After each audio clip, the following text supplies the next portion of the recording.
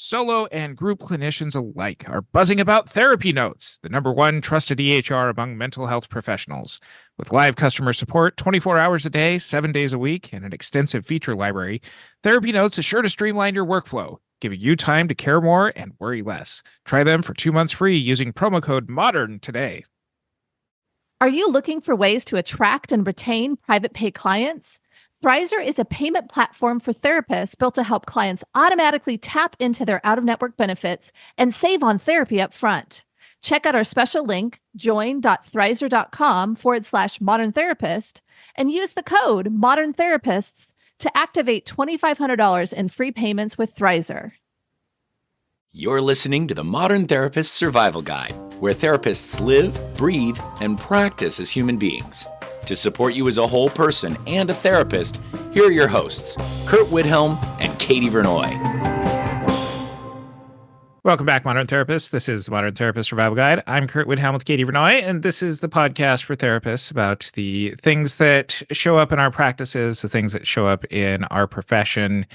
And we've been diving into some more client-focused episodes around the interactions between our clients and the people that they interact with. We've had a couple of recent episodes around parasocial relationships, content creators, and kind of within the same universe of things, we are joined today by Dr. Holly Daniels to talk about working with the influential, the famous, the big names, the names that you might see all over the place all of the time, and some of the particular issues that show up in therapy with them, some of the issues that might be things that kind of work in the transference, countertransference aspects of things, and ways that you might bring things into therapy. And we are diving into that today. So thank you very much for joining us. Thank you, Curt and Katie. I'm so happy to be here. And this is super fun and not something I usually do. So excited to be here. We are so excited to have you. Not only are you amazing, but you're a wonderful friend of both of ours. And so it's good to have you here and talking with us, but we'll get you started with something that we ask all of our interviews, which is, who are you and what are you putting out into the world? I am Dr. Holly Daniels. I am a proud licensed marriage and family therapist, and I also have a PhD in psychology. Whoop, whoop.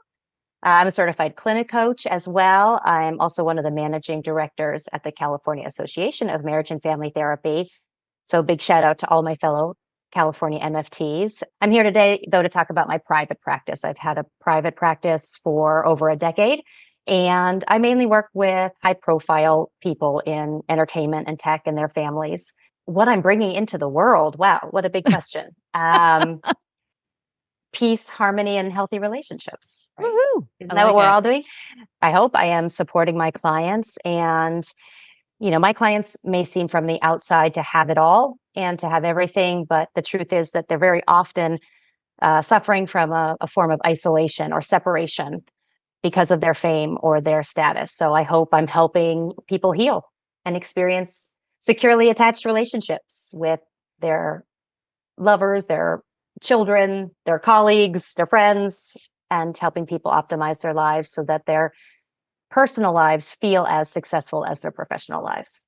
So this seems to be kind of a practice that maybe at first glance, a lot of people would be like, I want to work with the wealthy and the influential and the big names and that kind of stuff. And I'm sure that the question that then starts things off is, how do you develop a practice like this? Like, is there some sort of special psychology today that influencers and celebrities go to find therapists like you?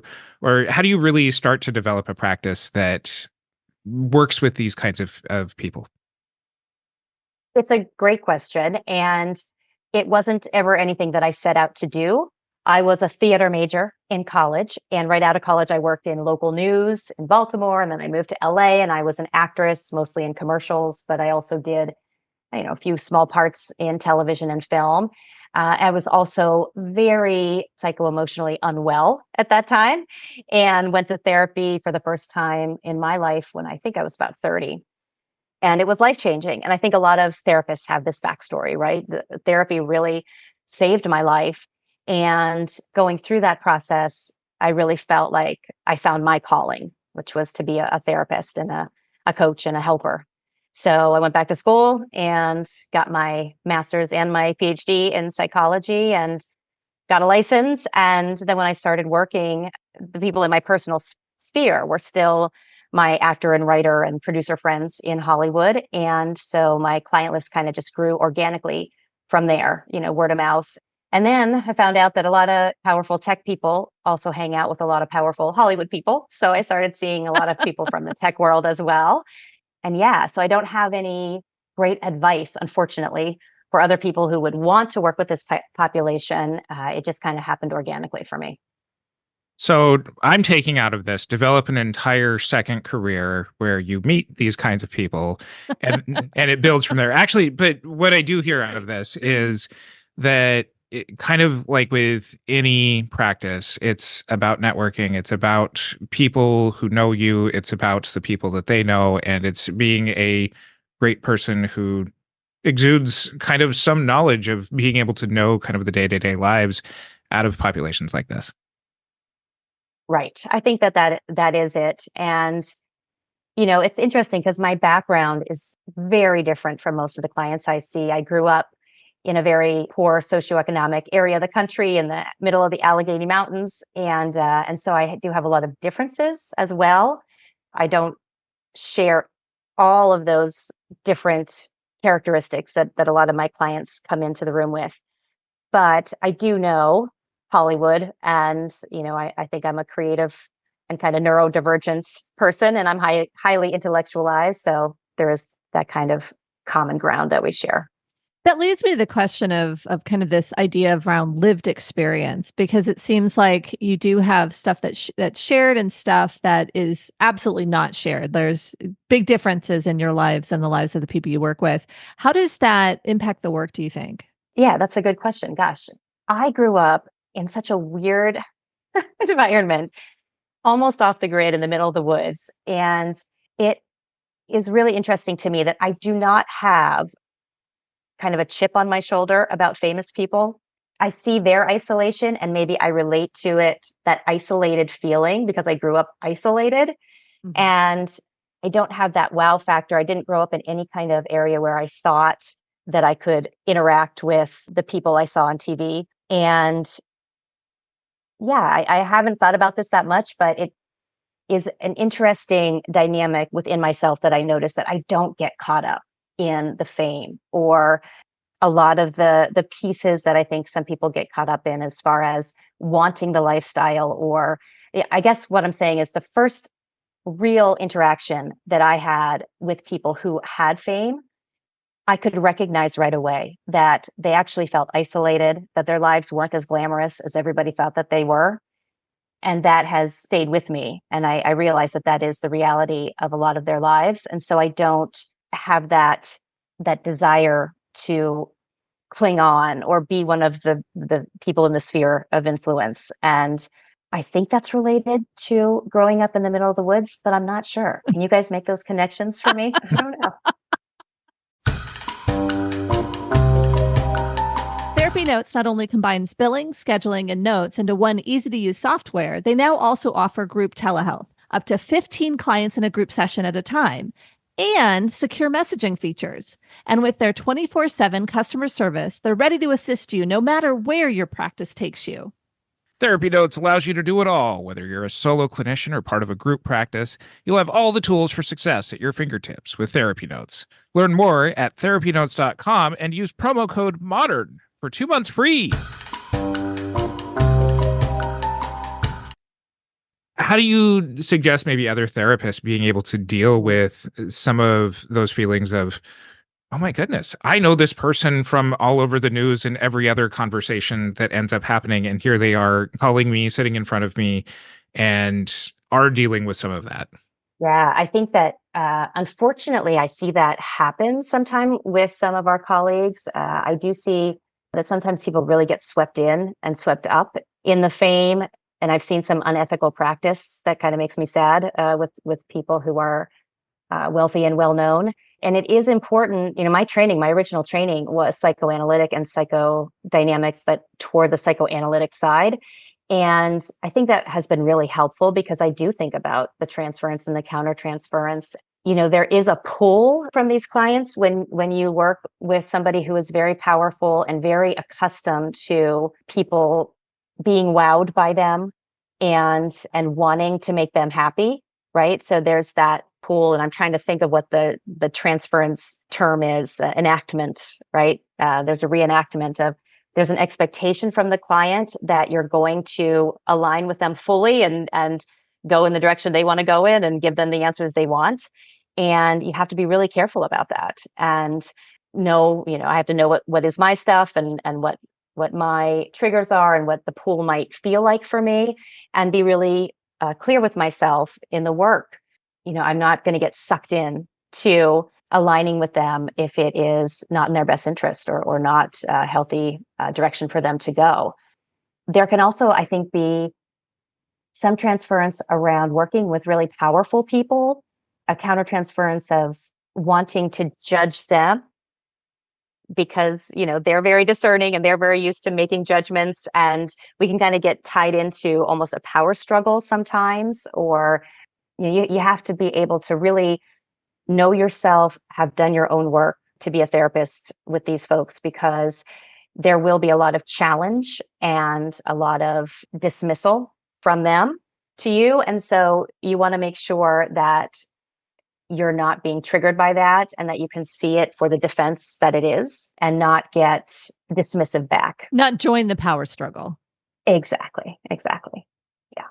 One of the questions that we ask usually towards the beginning of the episode as a point of learning is, what do therapists get wrong? And I think we've already kind of started into this, but when you said that there have been some of our colleagues who've done pretty unethical stuff, can you talk about some of that, what that looks like and what therapists should watch out for? I like to say that in doing this work, I really need to be psycho-emotionally very boundaried and logistically very flexible. And I think that's a hard line to ride sometimes. And what I mean by that is we're working with people who have huge lives. We can't necessarily depend on, them signing up for the same time slot, the same hour session once a week. Clients will not really be able to have, that set time or that set space to meet. And so you have to be logistically flexible. You're doing a lot of appointment setting and logistics with assistants and office managers, and at the same time, that almost makes it more imperative that the psycho-emotional boundary that I hold is very strong, right? Because I don't have maybe the comfort of my own office and my own chair all the time to ground myself in. So while the logistics are kind of flexible and all over the place, you really have to be secure in the work that you're doing and have a really clear treatment plan, basically, or, forward action plan with the client, and so that you can stay aligned and stay in that healthy trajectory with them and not get kind of knocked off balance by how flexible the logistics of meeting have to be.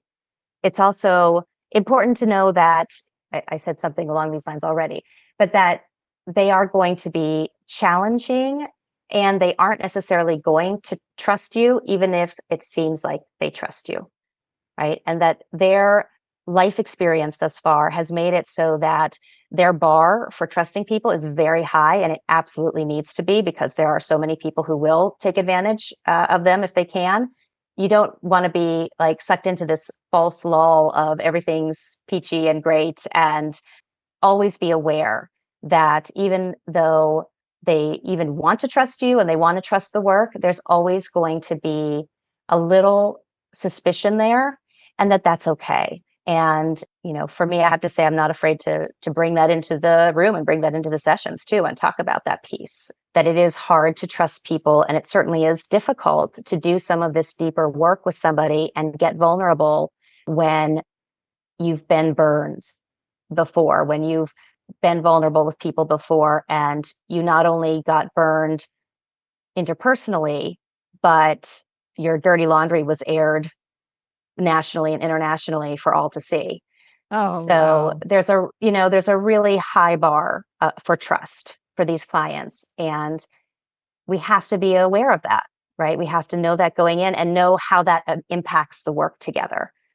when you're working with clients like this, when there's around, some of the dirty laundry being aired, or even just being in the news in general, how much do you bring that into the room? You're talking about keeping boundaries. I'm sure that you're not like, if somebody's winning a Grammy, you're not texting them after the Grammys and being like, hey, congratulations on tonight. Like, I know you well enough that you're keeping those boundaries. But when there is that stuff that's coming up that is all over the news, how much do you just kind of either shortcut sessions to be like, are we talking about what's all over TMZ, or are we just letting clients be able to step in completely on their own and bring this information in?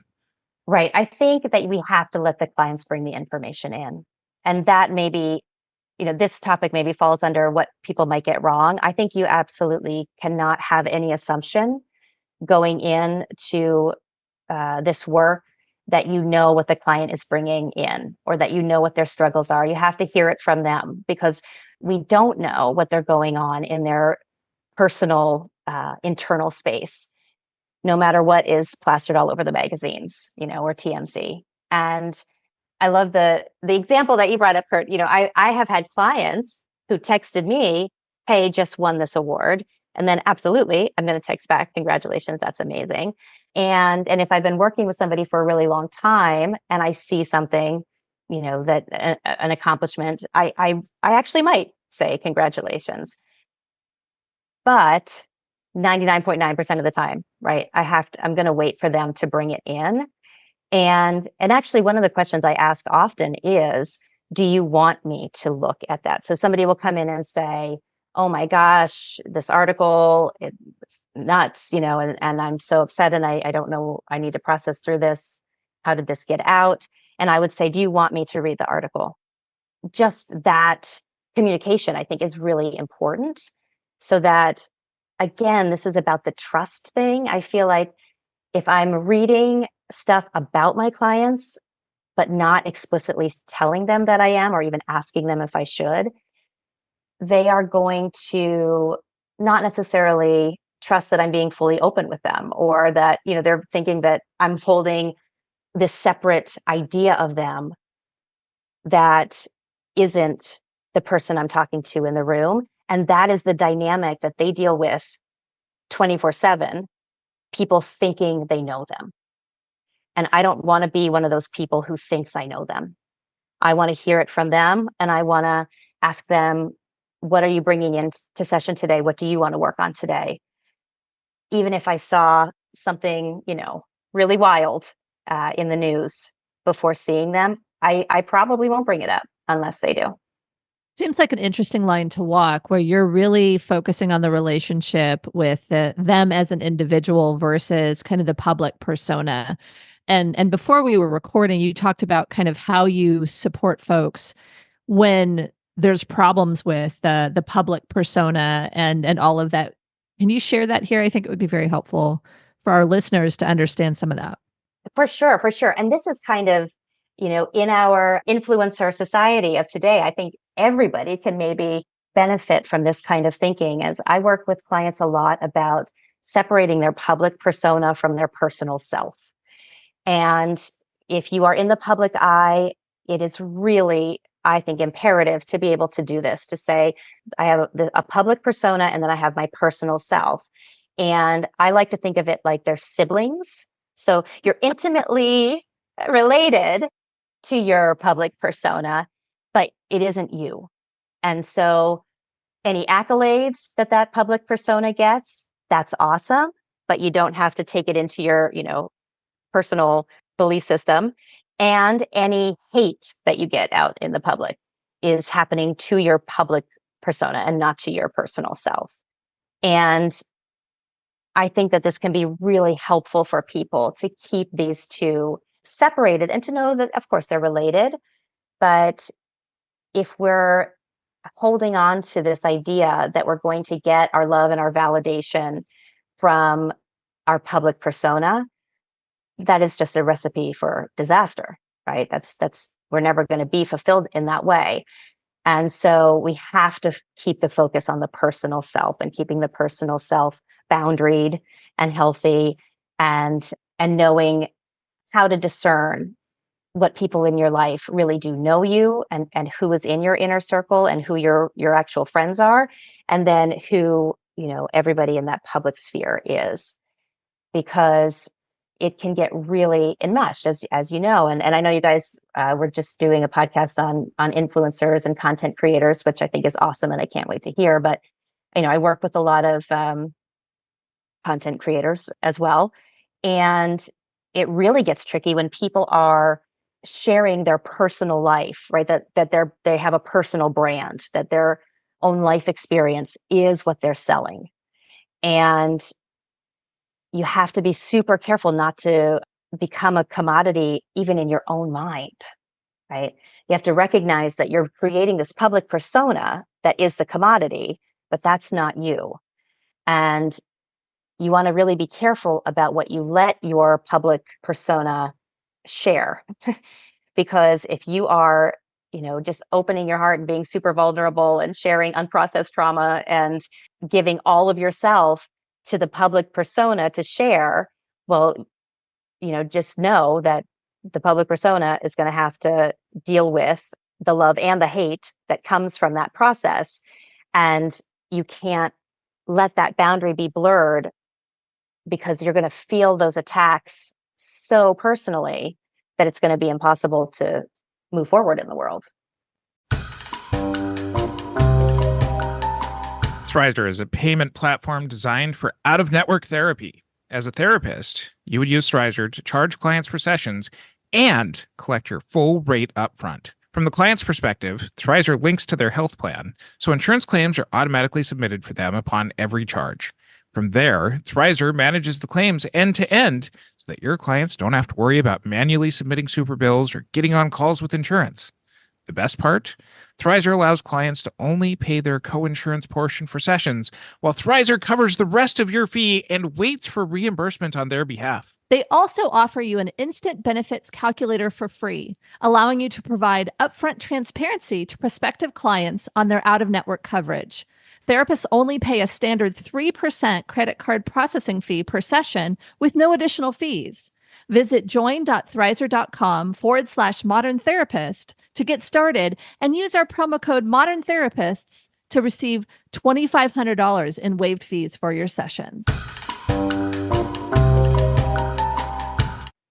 A lot of what we've focused on so far here is kind of around individual work.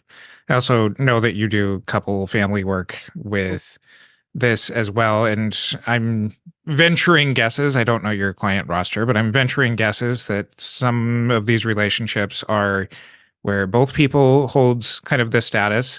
Sometimes I'm also imagining that this is where one partner holds this status, the other partner holds kind of a more regular role in life, if that exists in this space. What's the impact in therapy when you're working with families or couples in this space? I love working with families, and I'm very grateful for my training as a marriage and family therapist. And it's there is so much enmeshment in these family systems, with partners and with children and with the whole extended family, because there is this kind of forced isolation. Fame is forced isolation, because other people can't necessarily relate to you, and they do have an image of you that isn't necessarily who you are. And so you have to protect yourself, and you become kind of isolated, but everybody in your family system also is isolated with you. I call there's the sphere of influence, right, around the famous person or the powerful person. And so I feel like any good interpersonal relational work has to include family, has to include the relationships. And I actually do some family intensives sometime, and do some, structured family work when there is some discord, because there's this really interesting dynamic that occurs, that somebody who's really close to somebody who's rich and famous, they both are grateful and guilty, because they're enjoying all of the benefits that the famous person has around them, but they didn't necessarily do anything to get those benefits. And they also feel really uncomfortable about that guilt, right? That guilt doesn't feel good. And then it becomes resentment. And all of these discomforts and uncomfortable feelings actually end up oftentimes being resentment toward the famous person. And we see this a lot with kids in a family system. Kids of famous people really struggle with this because they are, again, simultaneously grateful and guilty. And it's too much emotion to handle, especially if you don't know where it's all coming from. And then that discomfort just lends itself to resenting your parent or your partner. And so all of those emotions have to be teased out in order for these folks to have, healthy, feel-good relationships. And often I also feel like it's hard for these families to reach out and to ask for help. And again, there's that guilt. It's almost like a survivor's guilt. And, people will often come into me and say, like, yeah, I think I need some help. I think I need some support, but I'm sure there are a lot of other people who need the help more than I do. And why am I taking your time? And can't complain. I can't complain. Right. And, meanwhile, none of their kids are talking to them. They can't find a healthy relationship. Their blood pressure is through the roof. They have terrible insomnia and anxiety. And they're still like, but I can't complain. I can't complain because I have so much.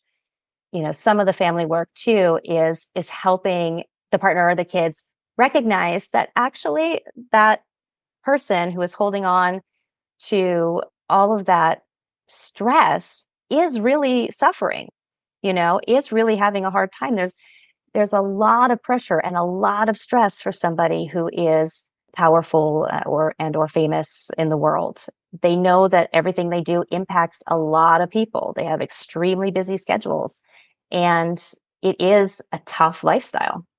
When you're doing this family work, it seems like there's a lot of places for you to intervene, and in some cases it seems like you've talked about this with me before. There's this element of you're probably doing more of family and individual work within a family than a typical therapist might, because of the trust issues, because of how specific these dynamics are.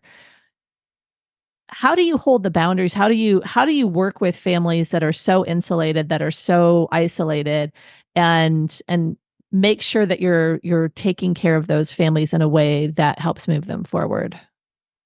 Is really difficult to be working with a family system or even working with an individual with a really broken or hurting family system, and not only build the trust to do some decent work with that individual, but then say, and I'm going to refer out all of your kids and to all these other people, and then we're going to work in a treatment team. I mean, for somebody who deals with information breaches and lack of trust, all the time, that's a nightmare Yeah. for them Yeah, for to sure. imagine. And so I do work with families, and I work with families in what some other therapists might think are unconventional ways. And I work with individuals within a family system, and then I work with the family system. And then the one thing that I absolutely am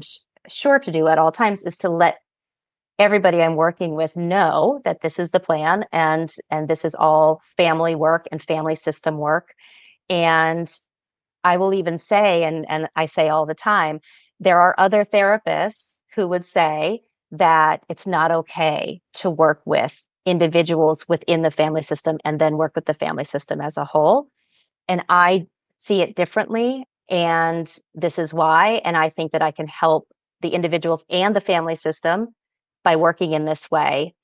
And if you ever feel, of course, like the way we're working together isn't working for you, please let me know, and we will figure that out and do things differently. It just doesn't seem to work any other way. And I do think about it a lot. I think, I've shared this with you, Katie, too. It is difficult because there is kind of a stigma around working with really wealthy and well-known people. And we can talk about that too. It's actually difficult for me too to find other colleagues who work with these populations who I think are ethical. And I would love to have a more robust referral system as well. And I'm working on that. And, we can talk later maybe about how to do that or how we could make that happen. But I kind of feel isolated as well as a clinician. And I have had times when I have referred out and it has gone badly, So I feel like I don't want to naysay any of my colleagues, but I have come across, colleagues who don't keep it professional and do create dual relationships with their clients and do, want to use their client's fame or status for their own benefit. So all that to say, I do often work within a family system and keep it closed in that way. And it seems to work pretty well. I've done a lot of good work with a lot of families in that direction, but I know that it can be controversial.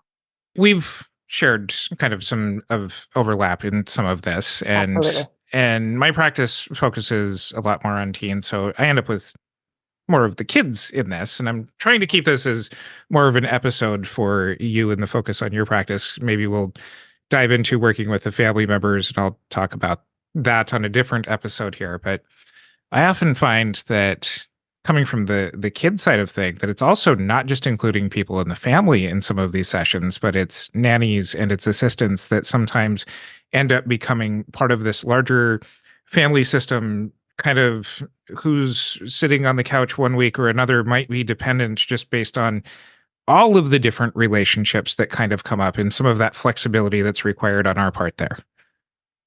Agreed. And yeah, thank you for saying that, Curt. So I don't feel all alone here. Yeah, I think we have to be flexible. I think we have to meet our clients where they are, and we have to take into account that our clients do have really unique life circumstances, and they need help and support. And I think it's unethical to not meet them where they are and find ways to effectively help them. You mentioned that there's a stigma around working with the wealthy and well-known or the rich and powerful or whatever, however we want to describe them. And I know that there are probably some of our audience members who are like, you should use your influence to change the world. Or, there's some really strong feelings I think people have about working with this population. How do you navigate that? Yeah, it's a tough one. I think we really have to be able to understand that the systems that we're all working to change and should be working to change are separate from and distinct from the individuals who are living within the system. And I am an individual therapist. I am somebody who works with individuals and couples and families, but I'm working on that individual plane. And so I absolutely cannot bring in my social or political agenda into the work that I do with any client, including the clients who are more powerful or famous or what have you. So I understand that, people might feel that way. And I definitely have had people say that, to me, like, oh, what influence can I exert to make the world a better place because I'm working with people who influence a lot of big decisions. And I just absolutely can't imagine that I would do that. It just feels so inherently unethical to bring my agenda into that work. And of course, I have my biases, I have my lenses. We all do, right? We're all working from our particular standpoint. So I'm not saying I'm completely unbiased or unagended. None of us is, but that can't be how I interact with my clients. That just doesn't have a place there. Well, and it sounds like what you've described is your clients wouldn't continue to work with you if they even whiffed that at all, that they're so used to people around them having agendas, having bias, wanting to, do something about the fact that they're so powerful and have such, a known place in the world. So to me, it seems like that you're handling it very well. I think the other part is kind of how do you handle it with colleagues? Because it seems like that would be tough to have folks go like, wow, I can't, you must just be doing it for the money, or like, you must just, whatever. Or how can you even stand to be around people that are rah, rah, rah, rah, rah? Like there's such negativity around these folks. And what you've really described are folks who are very isolated with the same issues that we all have. They just have one area of their life that they succeed and are seen for. And so, Yeah. So how do you navigate with It's colleagues? hard. It is difficult. And, I do feel isolated. And, Curt and Katie, we have shared clients, and I love you both. And I'm so, And we love you. Yeah. thank you. And I'm so glad to be, working with you all. But I wish there were more of us. I do have this dream of like creating a consultation group of sorts, maybe who works with the population I work with. And so I'm thinking about that, down the road. But it is hard. And it's so interesting because what's happening is that people are dehumanizing famous people. That's what it is. It's like they're not seeing the clients I'm working with as people. They're seeing them as a symbol or a commodity. I usually get a healthy and kind response once I bring that to people's attention. If they say to me like, "Oh, how could you work with, some of these people?" And it's like, well, they're people, right? Like what is your Absolutely. imagination of who they are, or what they're worried about or struggling with? It's like they are human beings, and loneliness and depression and anxiety and insecure attachments, do not discriminate. We all struggle in that way. Where can people find out more about you and your practice? You can absolutely find me at drhollydaniels.com. You can email me at holly@drhollydaniels.com. Please find me there. And I'm just happy to be a little more public about what I do. So I appreciate, you two asking me on. And this isn't something I would normally do, but I was like, yeah, I think it's okay to talk about this a little bit more, because there is a stigma. And Yeah. and I want to try to decrease the stigma and recognize, there is a shared humanity, even with people who may be a little more well-known or more influential. They're still people. We all are. So, And if your folks are still having a problem with the impact that you're having on the world, I would argue that by seeing folks who have such big roles in how our society works as humans and helping them to be human better, I think you're doing a lot. So I really appreciate the work that you're doing. thank you. I appreciate it too. Yeah, that's what I say. That can't be my agenda, but yes, if every leader or every influential person was securely attached and felt happy and healthy inside, would the world be a better place? Absolutely. Absolutely. We will include links to Dr. Holly Daniels' website in our show notes. You can find those over at mtsgpodcast.com. Please follow us on our social media, join our Facebook group, the Modern Therapist Group, to continue on with this conversation. And until next time, I'm Curt Widhelm with Katie Vernoy and Dr. Holly Daniels. Thanks to our partner, Therapy Notes, the highest rated practice management solution for behavioral health.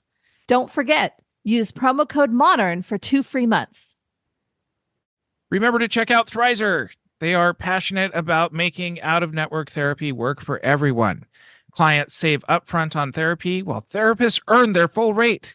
Get started in minutes on join.thrizer.com/modern therapist and use the promo code Modern Therapists and receive $2,500 in waived fees for your sessions. Thank you for listening to the Modern Therapist Survival Guide. Learn more about who we are and what we do at mtsgpodcast.com. You can also join us on Facebook and Twitter. And please don't forget to subscribe so you don't miss any of our episodes.